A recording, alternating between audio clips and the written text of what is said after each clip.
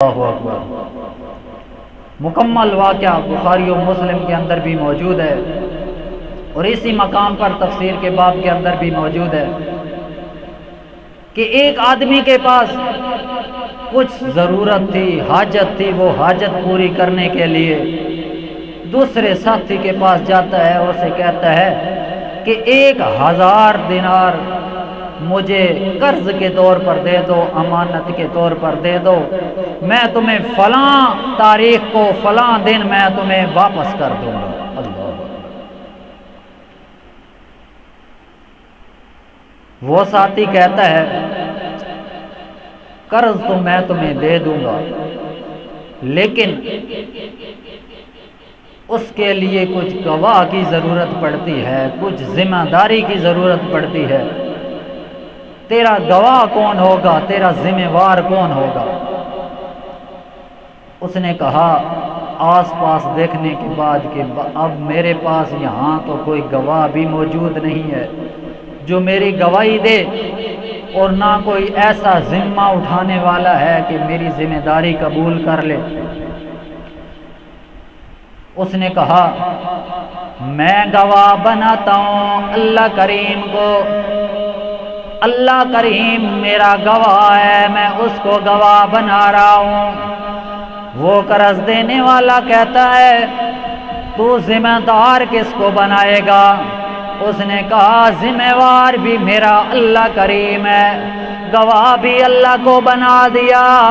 ذمہ وار بھی اللہ کو بنا دیا۔ اس نے اللہ کے بھروسے پر اس پر اعتماد کرتے ہوئے 1000 کا دینار کی تھیلی اس کو دے دی۔ وہ آدمی تھیلی لے کر چل پڑا۔ سفر میں راستے کے اندر اس کے دریا آتا ہے، ایک کنارے سے دوسرے کنارے پر جانے لگا۔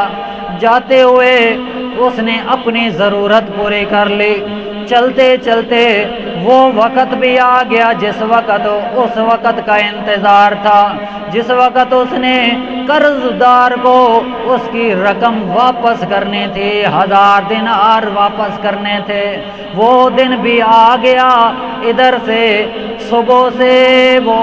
دریا کے کنارے پر آ جاتا ہے، صبح سے کشتی کی تلاش میں رہتا ہے۔ کشتی صبح سے لے کر دوپہر تک انتظار کرتا ہے، کشتی نہیں آ رہی، پھر بیٹھ جاتا ہے۔ دھوپ بھی بڑی سخت ہے اور درخت کی اوٹ کے ساتھ بیٹھ جاتا ہے کہ کہیں کسی طرف سے دور سے دکھائی دیتی ہوئی کشتی نظر آ جائے، میں اس کشتی پر جا کر آج ہی اسی تاریخ کے موقع میں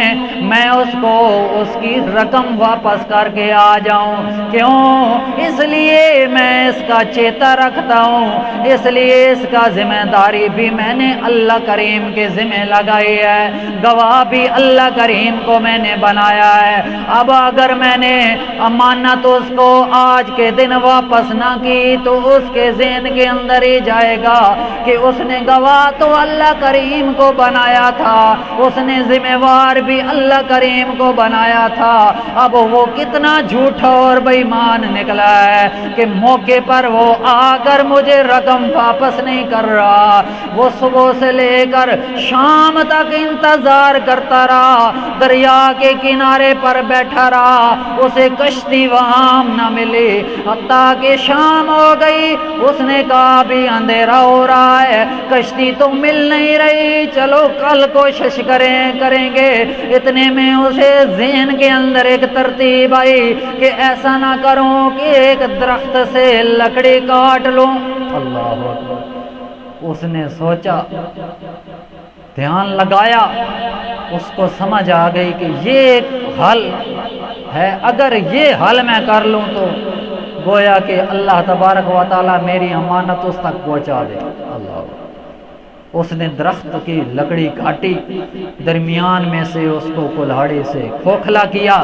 اس کے اندر 1000 دینار کی اشرفی رکھ دی، تھیلی رکھ دی، اور ساتھ میں چھوٹا سا رکہ بھی لکھ کر خط نما رکھ دیا، اور اس پر لکھا یہ تھا کہ مجھ سے معذرت،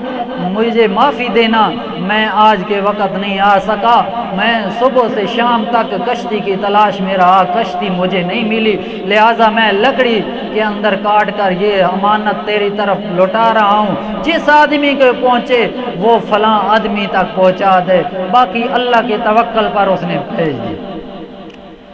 لکڑی کو دریا کے حوالے کر دیا۔ اللہ اکبر، امانت ہو تو اس طرح کی، امانت کے اندر خیانت کرنے کی اجازت نہیں ہے۔ اللہ اکبر، اس آدمی نے لکڑی کو دریا کے حوالے کر دیا، اس کے اندر اشرفیاں کی تھیلیاں بھی موجود ہیں جو 1000 دینار کی ہیں، ساتھ میں رکا بھی موجود ہے۔ ادھر سے قرض لینے والا آدمی بڑی امید اور امنگ کے ساتھ دریا کے کنارے پر کھڑا ہے، اسی سوچ اور امید کے اندر کھڑا ہے کہ اس نے وعدہ کیا تھا، اللہ کو گواہ بنایا تھا، اللہ کو ذمہ دار بنایا تھا، اب وہ اللہ کے وعدے کی خلاف ورزی تو نہیں کر سکتا، ضرور آئے گا اور مجھے وہ رقم واپس کر دے گا۔ جس وقت اس کے ذہن کے اندر یہ خیال اور امید جاگ رہی تھی، صبح سے شام تک جس وقت اس نے وہ دیکھا کہ کشتی بھی کوئی نہیں آ رہی، وہ آدمی بھی میرے پاس کوئی نہیں آیا، بالآخر مایوس ہو گیا اور پھر وہ واپس چلنے لگا۔ دیکھتا ہے کہ دریا کے اندر لکڑی تیرتی ہوئی آ رہی ہے، دریا کی موجوں نے اس کا رخ میری طرف کیا ہوا ہے، وہ لکڑی بڑی تیزی کے ساتھ تیر کر آ رہی ہے۔ جس وقت اس نے دیکھا،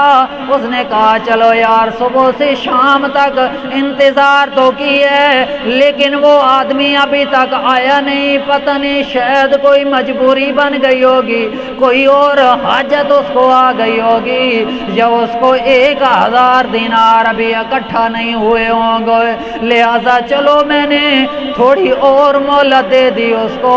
وہ نہ آیا تو صحیح لیکن یہ لکڑی تو آ رہی ہے، میں اس کو لے جاؤں گا، گھر کے اندر یہ چولہے کے کام آئے گی، ایندھن کے کام آئے گی، کھانا پکانے کے کام آ جائے گی۔ وہ لکڑی اس نے دریا کے کنارے پر جس وقت آئی تو اس نے اٹھا لی، گھر لے گیا، گھر جا کر کلاڑے سے جس وقت اس کو پھاڑا، درمیان سے